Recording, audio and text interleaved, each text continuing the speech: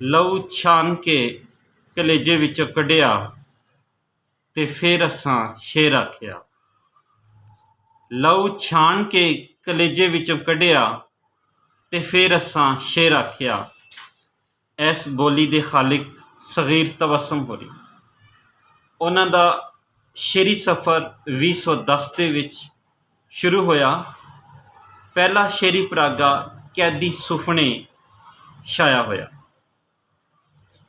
ਉਹਨਾਂ ਦਾ ਦੂਜਾ ਸ਼ੇਰੀ ਪਰਾਗਾ ਜਿਉਂਦੀਆਂ ਮਰਦੀਆਂ ਆਸਾਂ 2018 ਦੇ ਵਿੱਚ ਛਪ ਕੇ ਸਾਹਮਣੇ ਆਇਆ ਤੇ ਉਹਨਾਂ ਦਾ ਚਰਚਾ ਲਹਿੰਦੇ ਪੰਜਾਬ ਦੇ ਨਾਲ ਨਾਲ ਚੜ੍ਹਦੇ ਪੰਜਾਬ ਵਿੱਚ ਵੀ ਹੋਣ ਲੱਗ ਪਿਆ। ਅੱਜ ਅਸੀਂ ਜਿਹੜਾ ਸ਼ੇਰੀ ਪਰਾਗਾ ਤੁਹਾਡੇ ਸਾਹਮਣੇ ਰੱਖਾਂਗੇ ਉਸ ਦੇ ਬਾਰੇ ਗੱਲਬਾਤ ਕਰਾਂਗੇ। ਉਸ ਦਾ ਨਾਮ ਹੈ ਇੱਕ ਖਿਆਲ ਸਮੁੰਦਰੋਂ ਡੂੰਘਾ। ਇੱਕ ਖਿਆਲ ਸਮੁੰਦਰੋਂ ਡੂੰਘਾ ਪਾਕਿਸਤਾਨ ਦੇ ਵਿੱਚ ਛਪਣ ਵਾਲਾ ਸਗੀਰ ਤਬਸਮ ਹੋਰਾਂ ਦਾ ਤੀਸਰਾ ਸ਼ੇਰੀ ਪਰਾਗਾ ਹੈ। ਚੜ੍ਹਦੇ ਪੰਜਾਬ ਵਿੱਚ ਵੀ ਉਹਨਾਂ ਦੇ ਸ਼ੇਰਾਂ ਦੀ, ਨਜ਼ਮਾਂ ਦੀ, ਗਜ਼ਲਾਂ ਦੀ ਚੋਣ ਛਾਇਆ ਹੁੰਦੀ ਰਹਿੰਦੀ ਹੈ। ਇੱਕ ਖਿਆਲ ਸਮੁੰਦਰੋਂ ਡੂੰਘਾ ਕਿਤਾਬ ਦੇ ਬਾਰੇ ਜੇ ਅਸੀਂ ਗੱਲਬਾਤ ਕਰੀਏ ਤੇ ਇਹਦੇ ਵਿੱਚ ਗਜ਼ਲਾਂ, ਨਜ਼ਮਾਂ, ਇਸ ਤੋਂ ਵੱਖ ਹਾਈਕੋ, ਟੱਪੇ ਤੇ ਬੋਲੀਆਂ ਵੀ ਇਸ ਸ਼ੇਰੀ ਪਰਾਗੇ ਦੇ ਵਿੱਚ ਸਾਨੂੰ ਮਿਲਦੀਆਂ ਨੇ।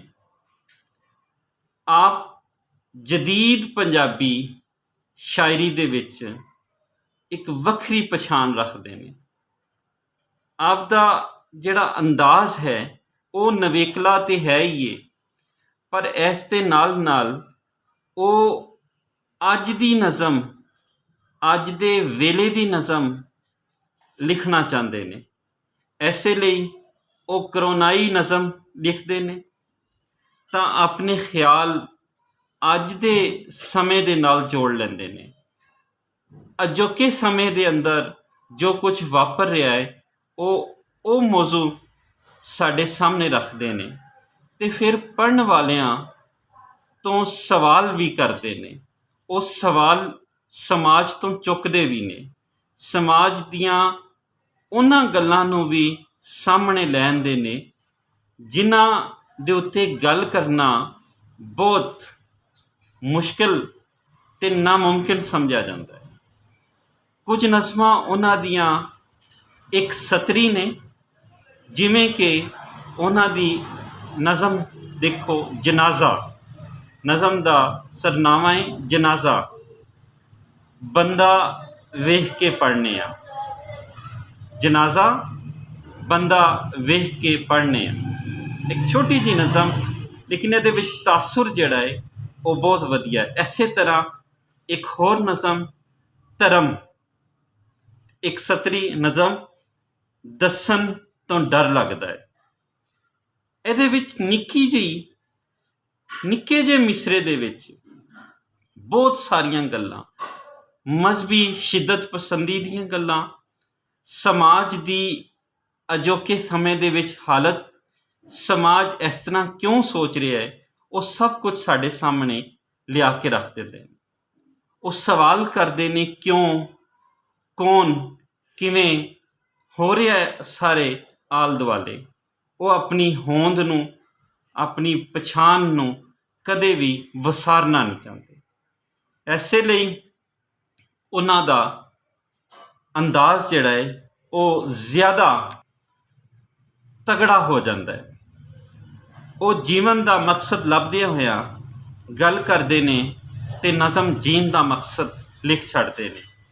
ਸਾਲਗਿਰਾ ਉਹਨਾਂ ਦੀ ਨਜ਼ਮ ਵੀ ਐਸੇ ਹੀ ਮਕਸਦ ਨੂੰ ਸਾਹਮਣੇ ਲਿਆਂਦੀ ਹੈ। ਨਵੀਂ ਸਵੇਰ ਦੀ ਭਾਲ ਕਰਦੇ ਨੇ। ਉਹ ਨਵੀਂ ਸਵੇਰ ਦੀ ਭਾਲ ਵਿੱਚ ਨੇ।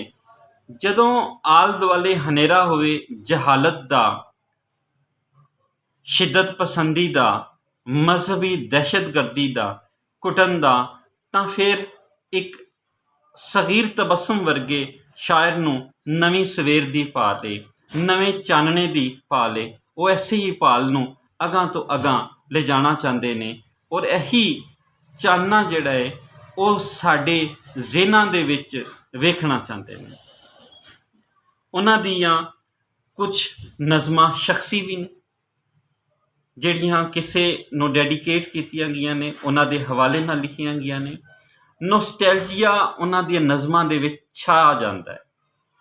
ਪੁਰਾਣੇ ਵੇਲੇ ਵਿੱਚ, ਗਏ ਸਮੇਂ ਵਿੱਚ ਗਵਾਚੇ ਰਹਿਣਾ, ਉਸ ਨੂੰ ਵੇਖਣਾ, ਉਸ ਦੇ ਹਵਾਲੇ ਨਾਲ 3 ਨਜ਼ਮਾਂ ਉਹਨਾਂ ਦੀਆਂ ਮੌਜੂਦ ਨੇ। 47 ਦੀ ਵੰਡ ਦੇ ਹਵਾਲੇ ਨਾਲ ਜੇ ਵੇਖੀਏ ਤਾਂ 3 ਗੀਤ ਉਹਨਾਂ ਨੇ 47 ਦੀ ਵੰਡ ਦੇ ਹਵਾਲੇ ਨਾਲ ਇਸ ਕਿਤਾਬ ਦੇ ਵਿੱਚ ਸ਼ਾਮਿਲ ਕੀਤੇ ਨੇ।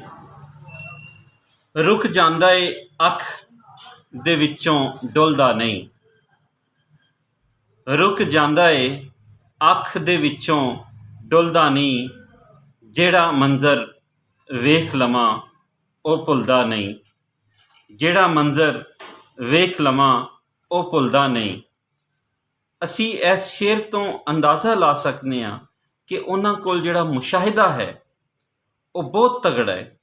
ਉਹ ਆਪਣੇ ਆਲ ਦੁਆਲੇ ਨੂੰ, ਆਪਣੇ ਆਲ ਦੁਆਲੇ ਵਾਪਰ ਰਹੇ ਹਾਲਾਤ ਨੂੰ ਜਿਵੇਂ ਵੇਖਦੇ ਨੇ, ਉਸ ਨੂੰ ਉਸੇ ਰੰਗ ਨਾਲ ਬੜੀ ਖੂਬਸੂਰਤੀ ਨਾਲ ਆਪਣੀਆਂ ਨਜ਼ਮਾਂ ਦੇ ਵਿੱਚ, ਆਪਣੀਆਂ ਗਜ਼ਲਾਂ ਦੇ ਵਿੱਚ ਲਿਆ ਕੇ ਰੱਖ ਦਿੰਦੇ ਨੇ।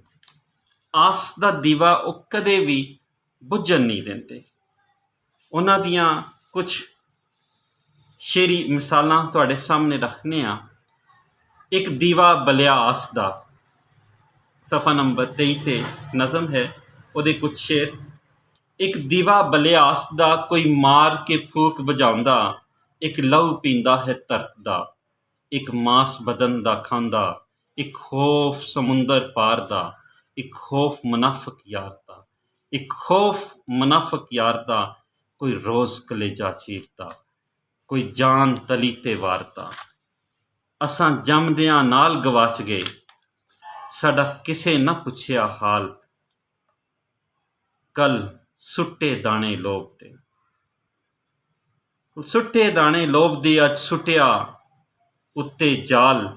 ਅਸਾਂ ਕੀ ਅੰਬਰਾਂ ਨੂੰ ਕੋਸਣਾ, ਅਸਾਂ ਆਪ ਸਮੁੰਦਰਾਂ ਨਾਲ, ਅਸਾਂ ਕਟਿਆ ਪੈਂਡਾ ਉਮਰਾਂ ਦਾ, ਸਾਡੇ ਹੱਥਾਂ ਵਿੱਚ ਕਸ਼ਕੋਲ। ਅਸਾਂ ਕੱਖਾਂ ਵਿੱਚ ਗਵਾਚ ਗਏ, ਸਾਡੇ ਗੁੰਗੇ ਹੋ ਗਏ ਬੋਲ, ਇੱਕ ਦੀਵਾ ਬਲਿਆ ਆਸ ਦਾ, ਨਾ ਫੂਕਾਂ ਮਾਰ ਬੁਝਾ, ਅਸਾਂ ਅੰਬਰਾਂ ਤੀਕਰ ਜਾਵਨਾ, ਸਾਡੇ ਨਾਲ ਟੁਰੇਗੀ ਵਾਹ, ਸਾਡੇ ਨਾਲ ਟੁਰੇਗੀ ਵਾਹ।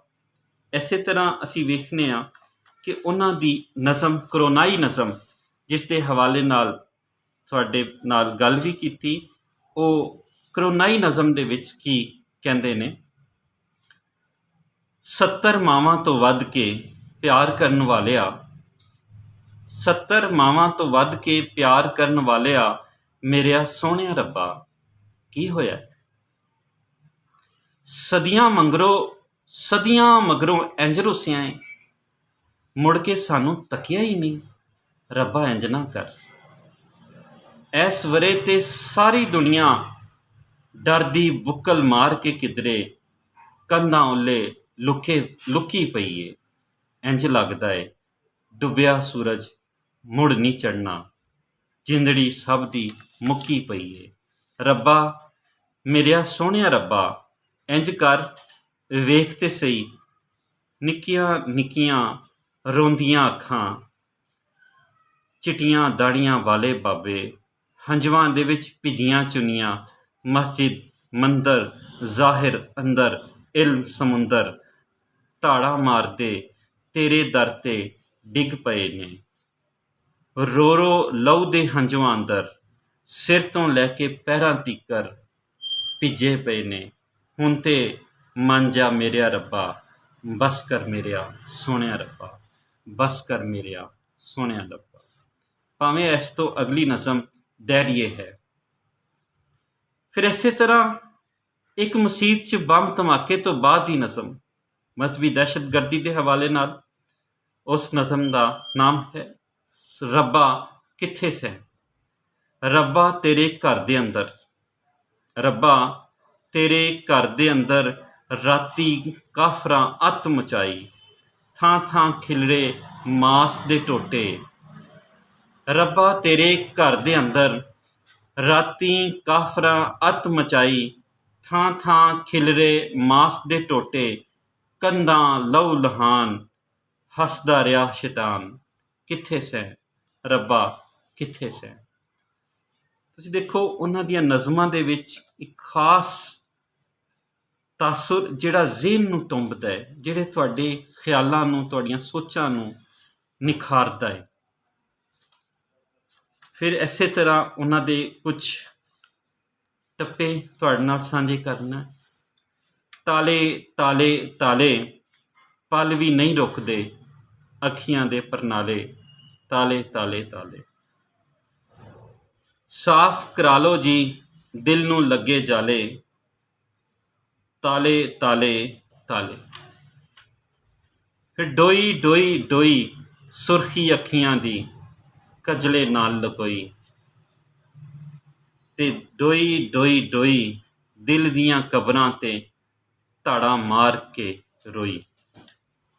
ਕੁਝ ਬੋਲੀਆਂ ਤੁਹਾਡੇ ਨਾਲ ਸਾਂਝੀਆਂ ਕਰਨੀਆਂ ਸਗੀਰ ਤਬਸਮ ਹੋਰਾਂ ਦੀਆਂ। ਤੇਰੀ ਗੁੱਤ ਨੇ ਹੁਲਾਰਾ ਖਾਧਾ ਤੇ ਜੋਗੀਆਂ ਦੇ ਸਾਹ ਸੁੱਕ ਗਏ। ਨੀ ਤੂੰ ਨਾਰ ਪਟੋਲਿਆਂ ਵਰਗੀ ਤੇ ਦਿਲ ਸਾਡਾ ਖੇੜੇ ਪੈ ਗਿਆ। ਕੱਲ ਸੁਪਨੇ 'ਚ ਹਾਸਾ ਇੱਕ ਤੱਕਿਆ, ਕੱਲ ਸੁਪਨੇ 'ਚ ਹਾਸਾ ਇੱਕ ਤੱਕਿਆ ਤੇ ਜਨਤਾ ਦੇ ਰੰਗ ਭੁੱਲ ਗਏ। ਤੇ ਕੰਧ ਚੌਧਰੀ ਦੀ ਚੜੇ ਅਸਮਾਨੇ, ਕੰਧ ਚੌਧਰੀ ਦੀ ਚੜੀ ਅਸਮਾਨੇ, ਗਵਾਂਢੀਆਂ ਦੀ ਧੁੱਪ ਮਰ ਗਈ। ਤੇ ਉਹਦੇ ਮੁਖ ਦੀ ਸਵੇਰ ਜਦੋਂ ਵੇਖੀ, ਹਨੇਰਿਆਂ ਦੇ ਦੁੱਖ ਭੁੱਲ ਗਏ। ਇਹ ਉਹਨਾਂ ਦੇ ਸ਼ੇਰਾਂ ਦੀਆਂ ਕੁਝ ਮਿਸਾਲਾਂ ਸਨ। ਇਸ ਕਿਤਾਬ ਇੱਕ ਖਿਆਲ ਸਮੁੰਦਰੋਂ ਡੂੰਘੇ ਨੂੰ ਪ੍ਰਿੰਟ ਮੀਡੀਆ ਪਬਲੀਕੇਸ਼ਨਸ ਲਾਹੌਰ ਤੋਂ ਛਾਪਿਆ ਗਿਆ ਹੈ।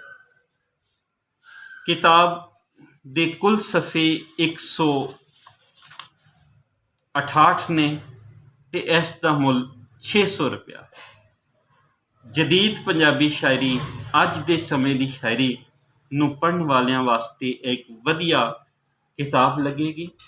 ਸਗੀਰ ਤਬਸਮ ਹੋਰਾਂ ਦੀ ਕਿਤਾਬ